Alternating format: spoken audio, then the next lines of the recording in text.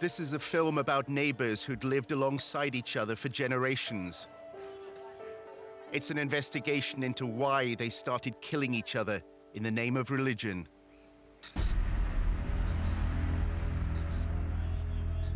It's about events in Myanmar, once known as Burma. The majority are Buddhist and Burmese.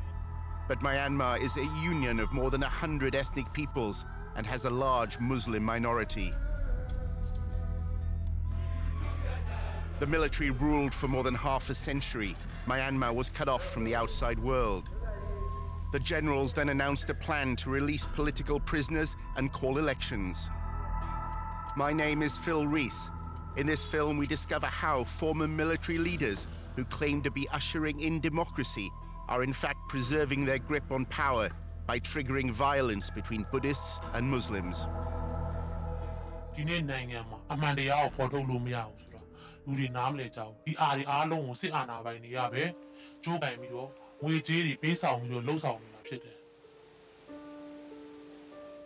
Over the past year, Al Jazeera's investigative unit has obtained a cache of confidential documents. This document here could potentially incite widespread violence against the Muslim population. So the phrase basically means dirty, stinky Muslims. It's just a hate speech. the most prominent victims of government policies are the Rohingya who live in Western Myanmar. Their plight has sparked accusations that the regime is intent on destroying them as a people. We have shared our evidence with the International State Crime Initiative at London University. What these documents speak to is an organised, planned strategy. In relation to the Rohingya, that's a genocidal strategy. We have also provided files and testimony to a law clinic at Yale University. They will issue a legal judgment based on data that includes our documents and those collected by the advocacy group Fortify Rights. The law school will assess whether members of the Myanmar government could face charges under the International Genocide Convention. Has there been a purposeful action that will result in the destruction of this group? All of these statements create a cumulative general tenor that points to intent. I think the International Criminal Court should consider an investigation.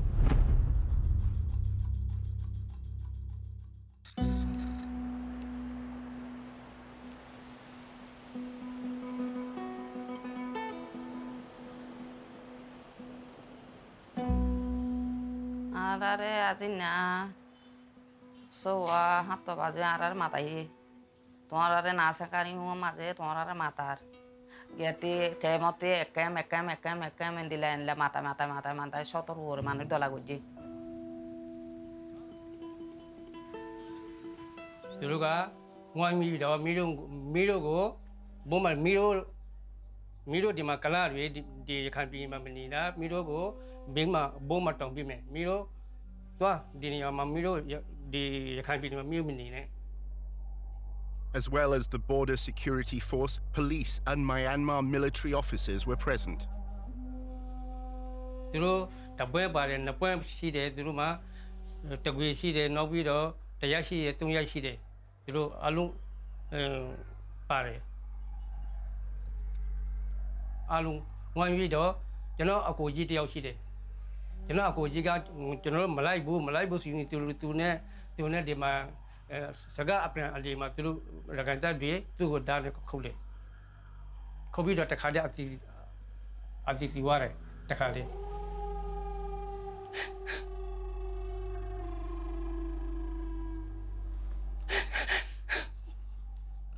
Bu ko ma uri to ba de tule bu ki tarar bu ka kana se yan le ra na bu lu ro bandi ba de won me ka gulu tin for meji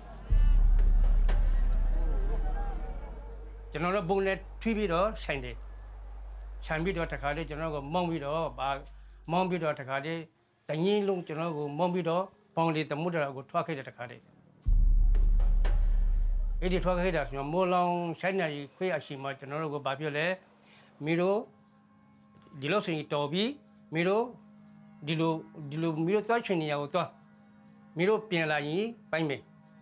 Tuara to the Cato de Ayo. আর মতো যদি একাম বিনিময়ে তোমারা যদি গলো তোমারা শাক করে মারি ফেলাই After 4 decades of persecution, over 500,000 Rohingya have fled Myanmar. Many now live as refugees in neighboring countries. We've been speaking to hundreds of Rohingya. They felt that they had two options: stay in Myanmar and face death due to the abusive restrictions that are being placed upon them by the government of Myanmar, or flee the country. So they feel as though they have these two options. For over a year, Professor Penny Green and her team have been gathering data from Myanmar. The State Crime Initiative defines genocide as a historical progression. This is a process that can begin many years prior to the stage of extermination, and in the case of the Rohingya, it began many decades ago with the implementation of the 1982 citizenship law, which excluded the Rohingya population from Burmese citizenship. The law denied the Rohingya the right to live in Myanmar unless they could prove that their ancestors settled here before independence.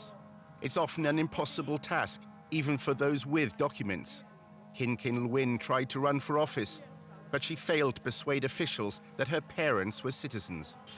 birth certificate. Jama tu ngere ni 10 tန်းni ကျောင်းတက်ခဲ့တာ school certificate. Jama ma အကုန်လုံးပြည့်စုံတယ် Jama မိဘမှာလည်းပြည့်စုံတယ် Jama အဖိုးအဖွားမှာလည်းရှိနေရသားနဲ့ Jama ကိုနိုင်ငံသားမဟုတ်ဘူးလို့ညှင်းပယ်လိုက်တာဒါပေါ်တင်ပဲဒီအထောက်အထားတွေကိုလည်းမကြည့်ဘူးတင်ပြခွင့်လည်းမရှိဘူးကြည့်လည်းမကြည့်ဘူးကြည့်လည်းမကြည့်ဘူးမျက်စိနဲ့ We received first-hand evidence looking at Over the last 8 months, a clinic at Yale Law School has been analyzing recent events in Myanmar in the context of the legal definition of genocide. and we applied that evidence and those facts to the laws of genocide. This definition requires us to ask 3 questions of the facts that we've found. First, can the victims be characterized as a national, ethnical, racial, or religious group? The second being, did the perpetrators commit any of these enumerated genocidal acts? And the third question being, did the perpetrator or perpetrators act with intent to destroy the group in whole or in part?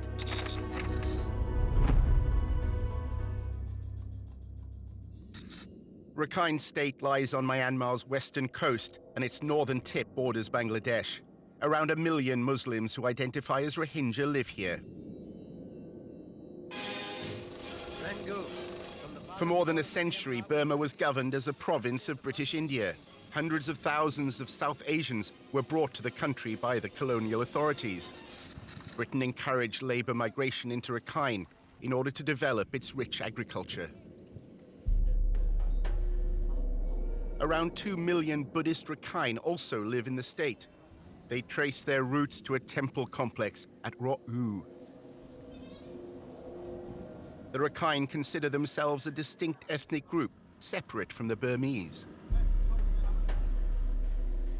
Rakhine historians view the temples as a fortress against Muslim aggression, which began when the Mughal Empire conquered India.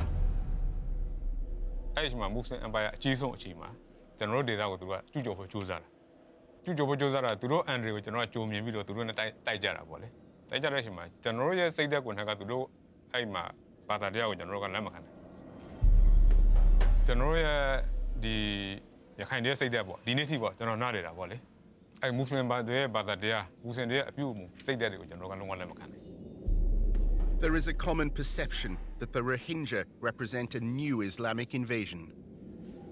ဒီဟာကိုကျွန်တော်တို့ကဖွင့်ပြလိုက်ပြီဆိုရင်ကျွန်တော်တို့ဒီနေရာမှာအဝါမျိုးခံသွားတယ်ကျွန်တော်တို့ဒီနေရာမှာပျောက်သွားတယ် The Rakhine insist that the Rohingya are not a separate ethnic group. Instead, they are illegal immigrants from Bangladesh who lie about their roots in order to claim a birthright in Rakhine State. ကျွန်တော်တို့ကဒီရှိမှာကျွန်တော်တို့လူမျိုးရက်တွေအဓိကကြော်ရောကသမိုင်းကျွန်တော်ရဲ့သမိုင်းဆိုတော့အဲ့ကျွန်တော်တို့ရဲ့သမိုင်းစင်းမြစ်ကိုသူတို့ကယူပြီးတော့ fake history ပေါ့လို့ပို့စူးစမ်းခဲ့တဲ့ဟာတွေရှိတယ်အဲ့ဒီရခိုင်မျိုးသိမ့်ပိုင်နိုင်မှုအတွက်မွတ်စလင်တွေကလူမျိုးတစ်မျိုးတည်ထွင်ပြီးတော့ရခိုင်ပြည်ရရင်လည်းပဲမြန်မာပြည်ကိုထပ်ပြီးအပိုင်စီအောင်မှာ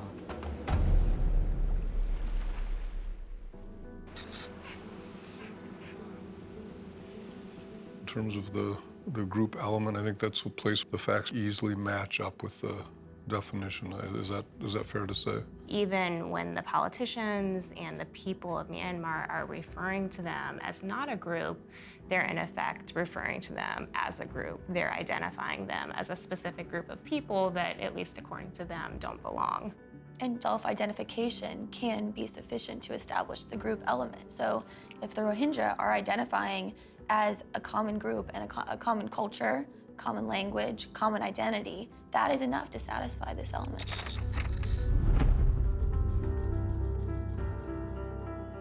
The first enumerated act is killing members of the group. In many ways, this is what we think of when we think about genocide. In 2012, Rakhine State erupted in violence. Rioting began after reports that Muslim men had raped and murdered a young Buddhist girl. Over 100,000 Rohingya lost their homes. In the Rakhine capital Sitwe, districts that once housed Muslims were burnt and bulldozed. Several hundred, perhaps more, were killed. The overwhelming majority were Rohingya, though Rakhine also died. The violence pitted ethnic Burmese against migrants from Bangladesh. The violence and burning started after a Buddhist woman was raped and murdered. Both sides fought each other. If you look back to the reports on the violence in June 2012, we hear a great deal about communal violence. It wasn't communal violence, it was planned violence. Al Jazeera has obtained this confidential internal United Nations report on the 2012 violence. It gathered testimony implicating security, political, and religious representatives in the planning and perpetration of the violence. It is quite clear for me. According to the testimonies and the people that I talked to while I was on mission in the country, it was clear that all this was organized. The government of Myanmar wants the world to believe that the violence that took place in Rakhine State in 2012 and since has been spontaneous, communal, or an unintended consequence of democratization. We know that that's not the case. According to the UN report, there were consistent accounts that Rakhine from other areas were brought in to reinforce local communities prior to attacks. Transport was arranged to take those who were going to participate in the massacres. Express buses were organised. Refreshments, meals were provided. They had to be provided by somebody. If you say that local politicians were involved, were they acting, do you think, on their own? We know that correspondence was sent to senior government officials, and next to nothing was done to prevent severe atrocities from taking place. The internal UN report cited abuses committed not only by local Rakhine, but also state security forces, including the military, the border forces, and the police. For the state to be complicit in genocide, they have to knowingly aid or assist perpetrators committing genocide. So there is a knowledge element that is tied to complicity. We have indication that military officers, security officers saw these acts occurring in front of them and allowed them to occur under their watch, and that would show culpability of both the actors and the government officials. The counter-argument is the bad apple theory, where you can just say, oh, there were a few rogue police officers. But if you look at what's happened, you can see that it is systematic and it's widespread and it's not contained to several bad actors. The Genocide Convention explains that killing is not the only genocidal act. And in fact, numerous acts that don't result in the death of the victims can constitute genocide. And so one of these is the causing of serious bodily or mental harm to members of the group. Around 800,000 Rohingya live in Butidong and Mongdor townships in northern Rakhine State, a militarized region largely closed to the outside world. Rare footage from Mongdor was captured on a covert camera by Al Jazeera's investigative unit. Only a small group of foreigners have visited. The life of these Rohingya communities in Butidong and Mongdor, you constantly fear the threatening of the government, particularly the security forces. What I found was a pattern of systematic discrimination in all areas. The first documented evidence of government-sponsored discrimination was revealed by Fortify Rights. These documents that we released in 2014 essentially lay out the architecture of abuse that the Rohingya have faced for decades. These are documents spelling out restrictions on the Rohingya Muslim population, so restrictions on movement, restrictions on marriage, on childbirth. This document, obtained exclusively by Al Jazeera, is written by district-level government officers in Rakhine. Its title is To Control Outgoing Vehicles, and it says all outgoing passenger vehicles must be strictly controlled to ensure that no Muslim is on board. The idea of an apartheid system which privileges Buddhists over Muslims is absolutely on the state's agenda. With restrictions on movement, that means people can't pursue a livelihood, they can't seek employment, they can't travel to a health clinic. If they become sick, they can't travel to a school. It impacts every basic aspect of someone's life. Rohingya in that part of the country face abuse at every turn. We're documenting more violent abuses, rape, forced labor, torture, arbitrary arrest and detention. There's a lot of evidence of state actor responsibility for the acts of bodily harm and the acts of mental harm. A lot of the testimonies and reports of rape, for instance, among the Rohingya describe military, police, state actors raping women. The confidential UN document found in just one cluster of villages credible reports of 86 incidents of rape, suggesting a pattern of punitive or reprisal action by state authorities. This evidence is supported by videos smuggled from the region following a later incident.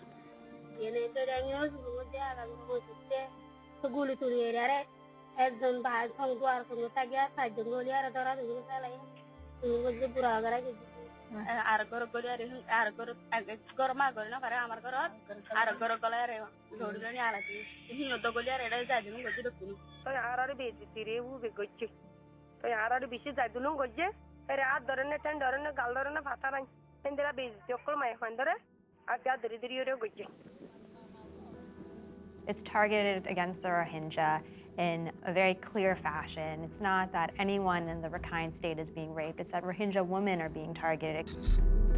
Deliberately inflicting conditions of life calculated to bring about the destruction of the group is another act that we think the evidence strongly suggests is occurring in Myanmar. This can include a number of different acts, and we've seen this in the IDP camps in Rakhine state.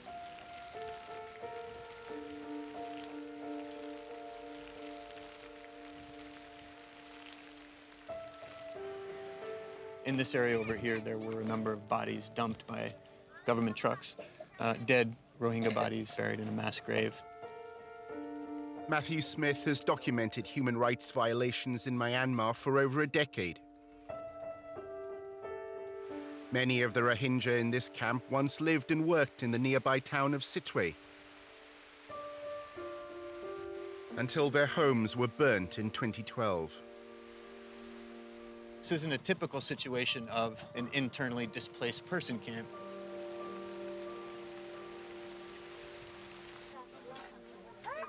This is not only a situation in which conditions of life are being created to destroy people, but in some cases people see no other option but to flee the country.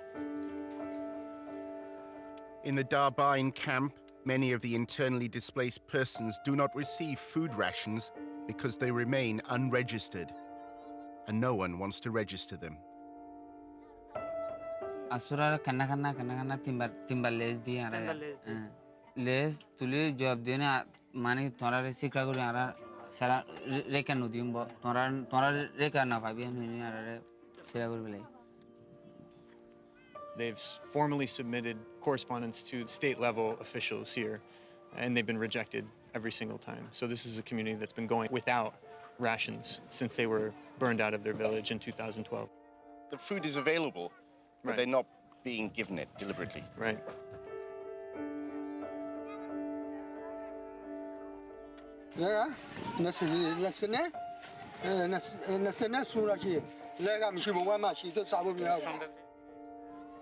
The There is also a lack of emergency health care.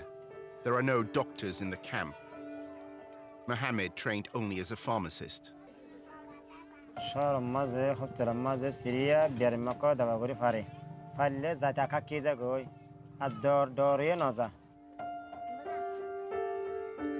This woman lost her child while giving birth.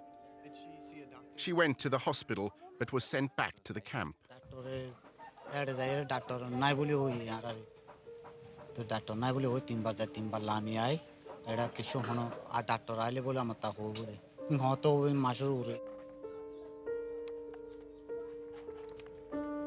In this case, this woman clearly still has not been diagnosed as far as we can tell, and she appears to have a very serious condition and needs to see a doctor urgently, as with a lot of people around here.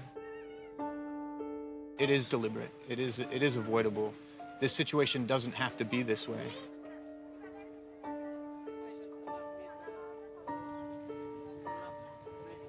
They're being confined to these camps and being deprived of food, and those two together are what's really leading to the destruction.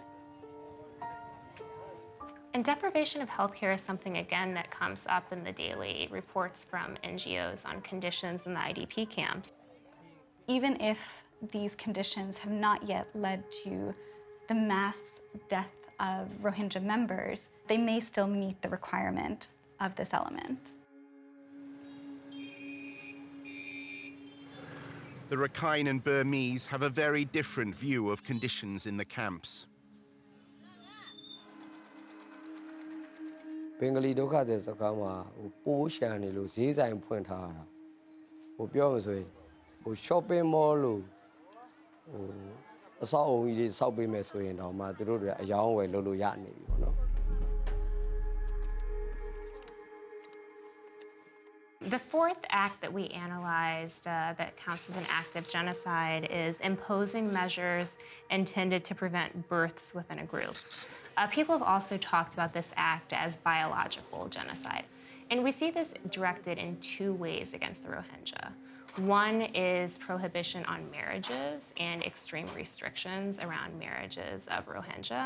And the second is extreme restrictions on births in the Rohingya group. This is one of the areas of persecution of the Rohingyas where the state has been even more explicit than usual about its intent in perpetuating these measures. The law clinic was confident that sufficient evidence existed of government involvement in 4 genocidal acts. But there remained a large hurdle to cross. We should start by saying that intent is the most difficult element to prove. It's always difficult to get past the threshold of intent because with the acts, we can look at the evidence, but with intent, it's this analysis of a mindset. In part 2, the government agents who sparked communal unrest.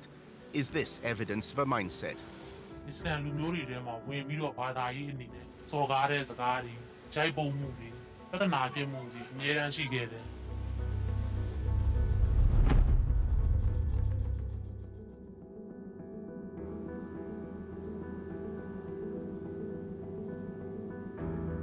In part 1, Yale Law School collected evidence that the government of Myanmar had committed crimes listed under the Genocide Convention. Intent is the most difficult element to prove. With intent, it's this analysis of a mindset.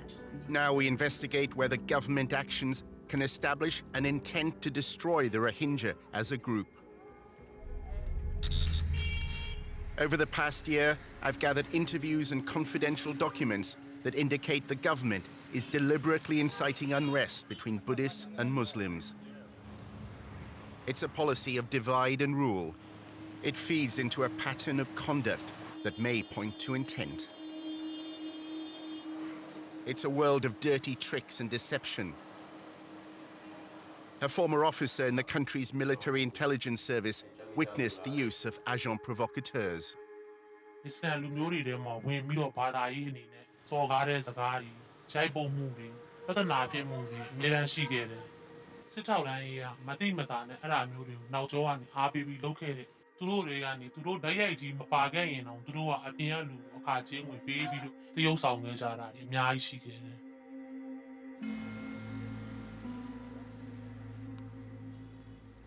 To understand the violence and abuses taking place against the Rohingya population, we can't look at it in a vacuum. This fits into a bigger context in Myanmar, and that's a context of political power, manipulating the fears of the population, and other acts that state operatives are doing overtly but also behind the scenes. In the late 1990s, Myanmar faced sanctions and its rulers and businessmen travel bans. The opposition leader Aung San Suu Kyi became an unshakable thorn in the military's side. Myanmar's rulers then tried to sow dissent in her party, the National League for Democracy. A US diplomatic cable released by WikiLeaks described how the regime tried to instigate a rift between Buddhist and Muslim NLD members in 2005. Fake letters supposedly written by monks pitted Muslims against Buddhists within the party. But it failed. NLD members knew it was a ruse on the part of the regime.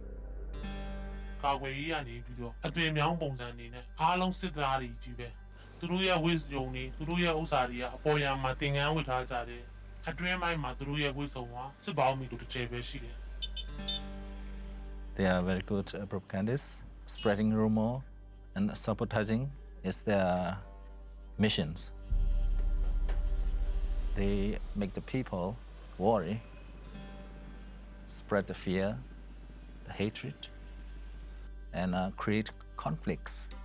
In this way, they influence the policy of the country.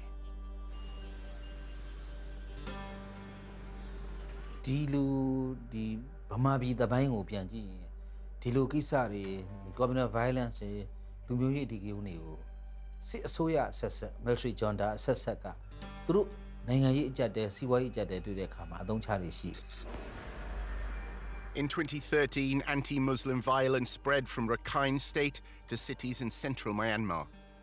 It began in Mektila. What happened in Mektila was a targeted attack on Muslims, not Rohingya, but Muslims who had been a part of the community in Mektila.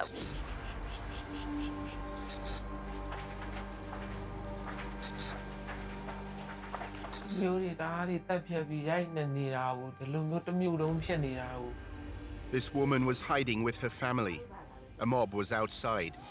They demanded that she send out her husband.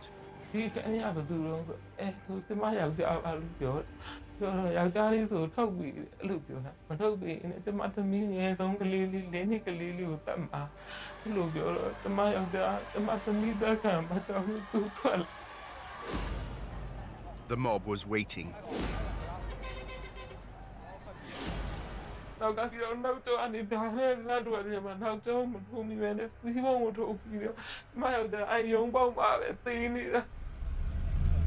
Police and army officers looked on from their vehicles.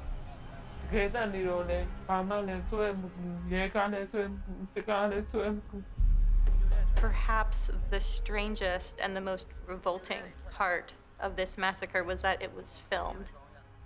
It was filmed by perpetrators themselves to show how proud they were of what they were doing. Another woman watched the mob attack her father, who was with a group of students.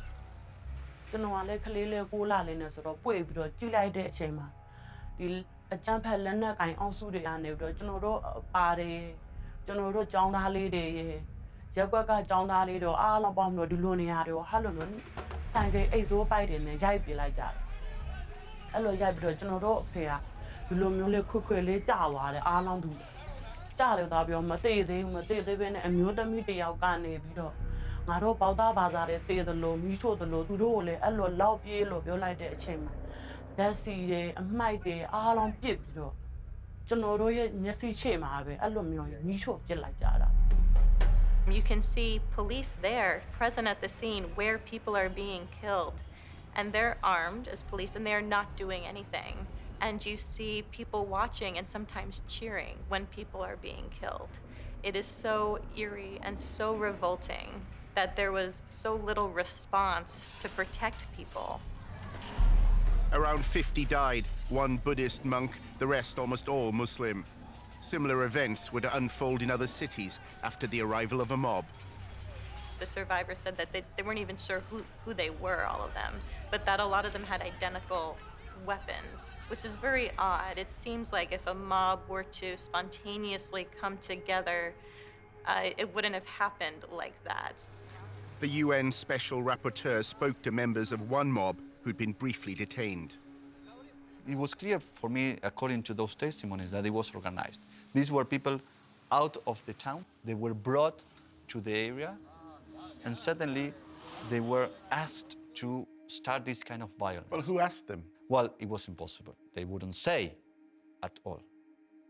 So one of the problems to assess these incidents is to establish where it is coming from. But the first step, it is there. It is clear that it was organized. A monk renowned for his anti-Muslim rhetoric visited Mektila a week before the massacre. He claims that Muslims provoked the unrest. Why should they start the violence when they seem to suffer in the end more than the Buddhists in these communities? သူတို့ကတော့မိုင်းတိုက်ခံထားတာပေါ့နော်အလားအတွက်အသက်ပေးတယ်ဆိုရင်ဂျန်နတ်ကိုရောက်မယ်ဂျန်နတ်မှာဘယ်လိုနတ်သမီးတွေနဲ့ပျော်ပါမယ်ဘယ်လိုနတ်စည်းစိမ်တွေကိုခံစားရမယ်ဆိုတော့သူတို့ကတေးခြင်းနဲ့ယောဂဖြစ်နေကြတာယောဂဆုတ်ကတ်နော်ဟိုသူရဲကောင်းဖြစ်ခြင်းနဲ့ယောဂဆုတ်ကတ်နေကြတာ In 2007, the monkhood in Myanmar was involved in a very different conflict. It posed the most serious threat to the military's power for decades. It was the Saffron Revolution. ထူထူကြက်တဲမှုတွေပေါ့နော်လူလူကြီးမှာဖြစ်လာကြတဲ့အခါကျတော့နောက်ကိုရှော့ရောဒေါ်လာကြီးဖြစ်လာဖို့အကြောင်းတွေကြောင့်ပေါ့နော်အဲ့ဒီဒီမှာလည်းပဲဒါဦးဇင်းတို့ကြာရခန်းကဏ္ဍကနေပြီးတော့အလံကန်ပြီးတော့ရှေ့ကဦးဆောင်တယ်တပိတ်ကန်ပြီးတော့ဦးဆောင်တယ် အနိုင်ကျင့်ပူကြလွှမ်းမိုးအုပ်ချုပ်မှုစနစ်ကြီးကိုမရှိတဲ့တဲ့အကြောင်းတော်လှန်တဲ့ယဉ်ကျေးမှုတန်ခါတော်လှန်ရေးတစ်ခုဖြစ်ပါတယ်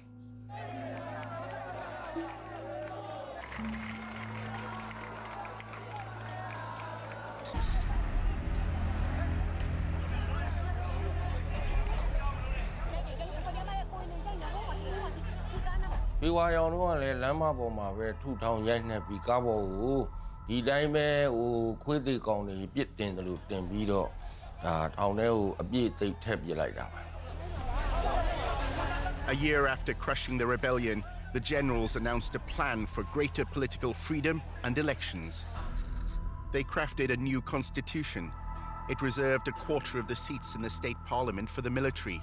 Control of the police, army, and security services would stay with the generals. They also created a political party for former officers.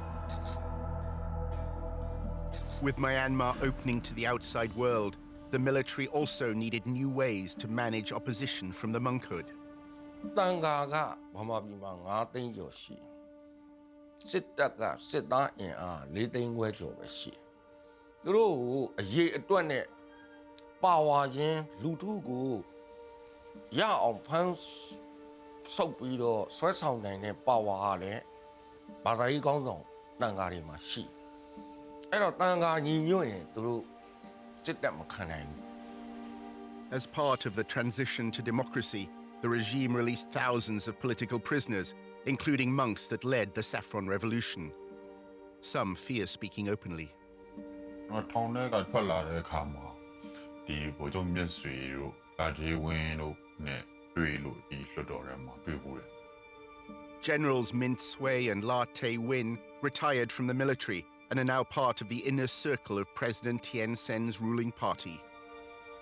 တွေ့တဲ့အခါမှာသူတို့ကပြောတယ်ကျွန်တော်ဟိုထောင်အောင်ထွက်လာပြီဆိုတော့ဆင်းလဲဆင်းရဲတယ်ဟိုဦးစင်းတို့တောင်းနေတဲ့ဒီမိုကရေစီကလည်းကျွန်တော်တို့ကိုယ်တိုင်အကောင့်ထဲပေါ်ပေးနေပြီပေါ့အဲ့တော့လက်တွေလောက်ပါလားပေါ့လက်တွေလောက်လို့ရှိရင်တရားပွဲဒီမှာအဲ့လိုတရားမြို့နယ်တွေမှာတရားဟောခွင့်ပြုမယ်ပေါ့တရားဟောမှဆိုင်ရမှာဟုတ်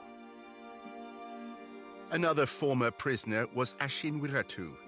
He wasn't arrested during the Saffron Revolution. He was jailed in 2003 for hate speech that led to the deaths of Muslims.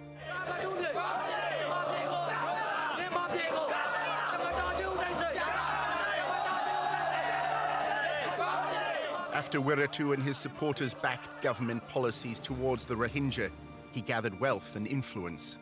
The regime now accepts his groundless remarks, which spread fear amongst rural Buddhists. Muslim တွေများတဲ့မြို့ရွာတွေပေါ့အဲ့ဒီမှာရှိတဲ့တိုင်းရင်းသူတွေကလောက်ကျန်တပ်ဖြတ်ခံနေရတာအမျိုးသားတွေဆိုရင်လောက်ကျန်တပ်ဖြတ်ခံနေရတာအမျိုးသမီးဆိုရင်မရင်းကျင်ပြီးတပ်ဖြတ်ခံနေရတာတွေကတော်တော်ပေါ်ပါတယ် Our investigation reveals how Wiratu helped transform the monkhood from challenging the generals to becoming their cheerleader. အဲ့မှာအကျဉ်းကနေလွတ်လာတဲ့နောက်ပိုင်းမှာဘဝရက်တည်မှုကအင်မတန်ခဲရင်းတော့တယ်။ခဲရင်းတော့သူ့စီကိုရှောက်သွားတယ်။သူ့စီရှောက်သွားတော့သူကနေပြီးတော့ပေးတာမျိုးတွေစွန့်ကြဲတာမျိုးတွေရှိတယ်ယူခဲ့တယ်ဦးဇင်းတို့လည်း အဲ့ဒါဦးဇင်းတို့ဒီ2017ထောင်လွတ်လာပြီးတော့ဗောနော်ထောင်လွတ်လာပြီးတော့ကျောင်းနေပြန်ရောက်ကျောင်းနေပြန်ရတဲ့ပြီးတော့အဲ့ဒီကနေပြန်လာပြီးတော့ဒီရန်ကုန်ရောက်တယ်ဗောရန်ကုန်ရောက်ပြီးတော့သူဖုန်းနဲ့ဆက်သွယ်လိုက်တယ်ဖုန်းနဲ့ဆက်သွယ်တော့သူတီကိုလာခဲ့ပါအောင်ဗောလာတွေ့ပါအောင်လို့ပြောတာဟုတ်အဲ့လိုလာတွေ့ပါအောင်ပြောတဲ့ခါတော့ဦးဇင်းတို့လည်းသူတီကိုသွားတွေ့တယ်ပြောတဲ့ခါတော့ဒီ AI ဟာပြောတဲ့အတွက်ဟိုပြောတာဗောဗျာစုံမလာလို့ခေါ်မှာဗောထောက်ပံ့ကြီးပုံစံမျိုးနဲ့အခုထူနေတက်နေဗော So how much money did Wiratu offer you? အဲ့ဒီရုံးမှာကျောင်းမှာပြောတော့ကသူ10သိန်းပြောတာဗျ Wiratu was recruiting leaders of the Saffron Revolution for his soon-to-be-formed organization, the Committee for the Protection of Race and Religion, known by its Burmese acronym, Mabatha. ဒီရုံးခန်းဖွင့်ပေးမယ်ငွေတွေလည်းဘာမှအပ်ပေးမယ်ဖွဲ့စည်းတစ်ခုဖွဲ့ပြီးတော့အဲ့ဒီဖွဲ့စည်းအောက်မှာငွေကြီးနောက်ဆက်သွယ်ရေးပစ္စည်းရုပ်ဝတ္ထုပိုင်းဆိုင်ရာပေါ့နော်အဲ့ဒါတွေပစ္စည်းပြည်စုံလုပ်ပေးမယ်သူနဲ့အတူပူးပေါင်းမှာဆိုပြီးတော့လုပ်တာရှိတယ် ဒီအစိုးရဟာစနစ်တကျနဲ့ဖြူခွင်းပြီးတော့တတ်ရှူတွေးခွဲစနစ်တွေနဲ့တန်ခါကိုခွဲပြီးတော့ကင်ပလိုက်တယ်အဲ့ဒါကိုပန်းနှံ့မှုမရှိတဲ့တန်ခါတွေကလည်းသူတို့ဘက်အစိုးရဘက်ကအလိုတော်ကြီးတွေဖြစ်ပါသွားတယ်အခုလက်ရှိအခြေအနေအထိဘုန်းကြီးတိုင်းမှာရှိတဲ့မြို့ဘာသာသာသနာစောင့်ရှောက်မယ်အသိစိတ်ပေါ့ဗျာဒီအသိစိတ်လေးနဲ့ဖွဲ့ပေးလိုက်တဲ့အခါကျတော့ဟာဒီအဖွဲ့အစည်းကကောင်းတယ်ဆိုပြီးတော့အဲ့ဒီတဲကိုဝင်သွားကြတာပေါ့ဒီတော်လိုင်းရေးလောက်ကြတဲ့ပုံကိုယ်တွေကနေပြီးတော့အဲ့မဘာသာတွေကိုဖြည်းဖြည်းချင်းရောက်သွားတာ The Mabatha reinforces long-held fears that Islam is a threat to the survival of Myanmar. The present regime of Thein Sein is prepared to use the hate speech for the government's own ends, and that is to marginalise, segregate, diminish the Muslim population inside Burma. It's part of a genocidal process. Wiratu has hailed President Thein Sein as the protector of the Burmese race. ဒီသမ္မတဦးသိန်းစိန်လက်ထက်မှာအမျိုးဆောင်ဥပဒေကိုအတည်ပြုပြဋ္ဌာန်းနိုင်ခဲ့တယ်ဟိုသမ္မတကြီးကိုလည်းကျေးဇူးတင်ကြပါတယ် အဘာတရကိုချောက်ကိုလို့ဆိုတာကစစ်တပ်ကနေပြီးတော့ကျိုးတိုင်ထားပြီးတော့ပြဿနာတစ်ခုကိုသူဖြစ်ချင်လာတဲ့ချိန်မှာအချိန်ခိုက်ဖြစ်လို့ရှိရောင်လို့ခုနရေပန်းပုံမှန်ပိုက်ကောင်းကနေရေလဲချသလိုသူလိုချင်ရေလိုချင်ဖွင့်ချလိုက်မယ်ရေမလိုချင်တော့ပိတ်ထားမွေးယူထားတဲ့မိစားတွေတစ်ခုပဲပြူထားတဲ့မိစားတွေတစ်ခုပဲလိုအပ်ရင်လိုအပ်သူအချိန်မီထားတောက်လို့ရအောင်လုပ်ထားတဲ့ဟာပဲ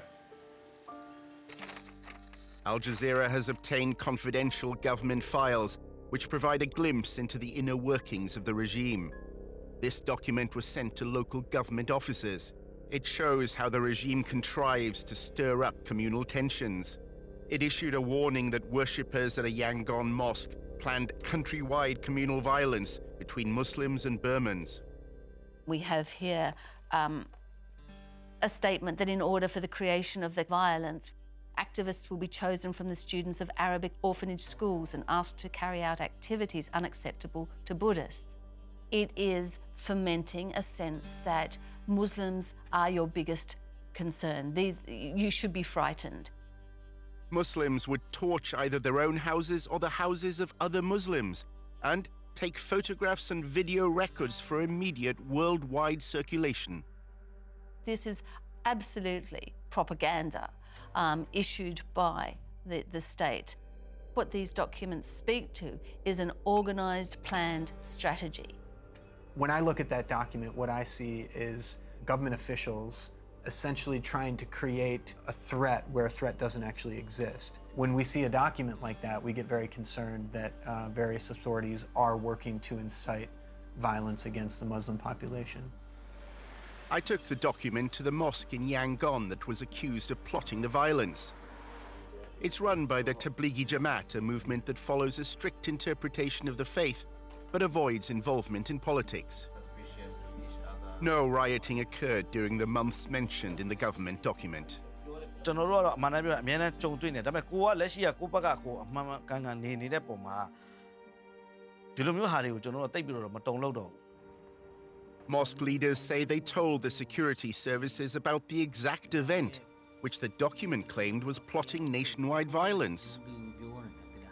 ဖြစ်တိုင်းလဲသူတို့သက်ဆိုင်ရာလာပြီးသတင်းယူတယ်ဘာမှပြဿနာမရှိဘူးဒီနေ့တည်းနိုင်ငံတော်ကနေပြီးတော့ကျွန်တော်တို့တွေကိုရောနေမှာသွားနေတဲ့ဂျမတ်တွေကိုလာပြီးတော့အဟံတားလုပ်တာမရှိဘူး Far from fearing the worshippers, it seems the security services have a close relationship with mosque elders. အပတ်စဉ်ကြာသွေးနေ့တိုင်းကို SB လာနားထောင်တယ်နောက်ရက်ကွက်ကတောင်ဝင်ကမိတ်ဆွေတွေပုံကူတွေလာပြီးနားထောင်တယ်နားထောင်ပြီးသူတို့ပြန်ပြီးတော့ report တင်တယ် They were quiet, answering questions about who was behind the document. တကယ်အမှန်တရားကိုသိတဲ့လူကတော့ဘ누구လက်ချက်လဲဆိုတာသူတို့သိတယ်အကိုတို့တောင်သိတာပဲခိတခဏလာလဲတဲ့လူသတင်းယူတဲ့လူတောင်သိတယ်ဆိုတော့ကျွန်တော်တို့ဒါဘ누구လက်ချက်လဲလို့မေးမယ်ဆိုရင်ကျွန်တော်တို့ဖြေတာကြီးကအပူကြီးဖြစ်နေလိမ့်မယ်လို့ကျွန်တော်ယုံကြည်တယ်ပေါ့နော် Could this be sent without central government having approved it in your understanding of the way that Burma works? I would be very surprised if a document like this did not originate with a national level agency. Who can deter the policemen not to oppose the riots? Who can order?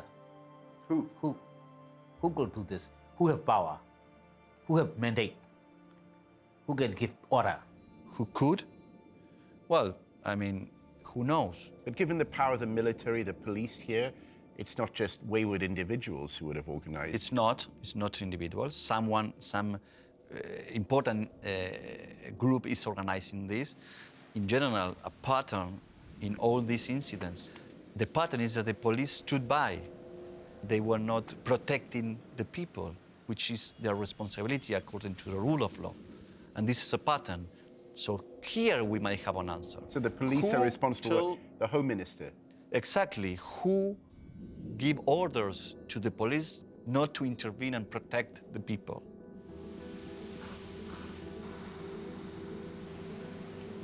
Given that we don't have any documents or any evidence of a specific written plan to destroy this group, we really are trying to see whether or not we can infer a genocidal intent from the facts on the ground. We don't need to have a smoking gun document that says we are doing all these things because we want to wipe out the Rohingya. That's simply not required by law. Instead, the law says one has to show a pattern of conduct exists that the cluster of circumstances could only point to the existence of such intent. There are a couple documents that taken together with the actions lead us to believe that there is a strong likelihood of intent there. The document that I'm looking at now is a public lecture given from the Naypyidaw military headquarters. It's from October 2012, and it does describe that sentiment. The PowerPoint lecture, obtained by Al Jazeera, is part of a training course for army officers. Fear of extinction of race. It's particularly concerning that members of the military and other armed forces would have their deepest fears, unreasonable fears about Islam being perpetuated in a training program. This document is all about schooling those soldiers who are going to be spread throughout the country in Islamophobia. It's teaching those soldiers to be racist. Included in this appears to be allegations of a population explosion. This is a feature that's been consistent in genocides throughout history, that the targets of genocidal acts are regarded as a group of persons whose population is expanding rapidly and somehow poses a threat because of that. It's terrifying, actually, to see it in an official government document because we can well imagine the impact it has on the young recruits, the soldiers who are listening to this PowerPoint presentation. The document refers to the Rohingya using the Burmese phrase koto kala. So the phrase basically means dirty, stinky Muslims. In this document, we have a very, very clear example of hate speech in an official document training Burma's military. This document is from the Naypyidaw Divisional Military Headquarters. This is absolutely the responsibility of the military-backed government of Tencent.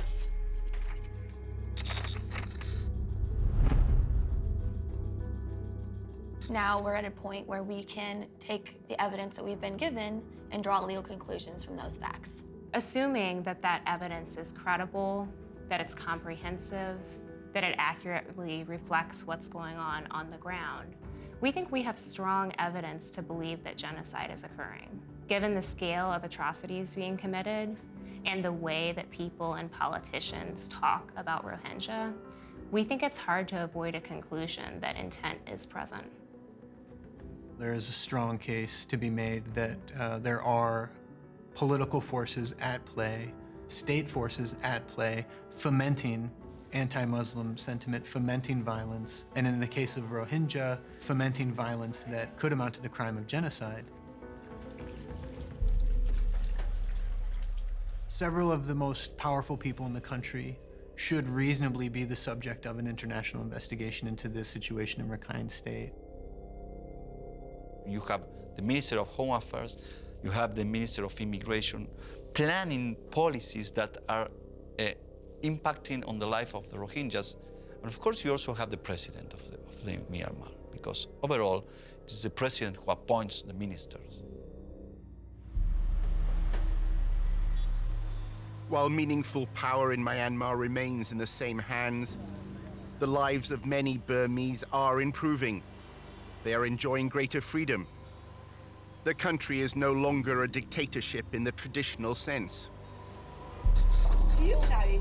Opposition parties are contesting seats in parliament, but Aung San Suu Kyi, the icon of Myanmar's new democracy, has ignored the fate of the Rohingya. Along with many world leaders, they have chosen to engage with Myanmar's former military rulers rather than seek justice for a powerless people. We are now reaching the point that the international community has to find a way to really raise serious concerns about the situation with Rohingya. Otherwise, the situation of Rohingya will really reach what we are warning, which is the stage of genocide.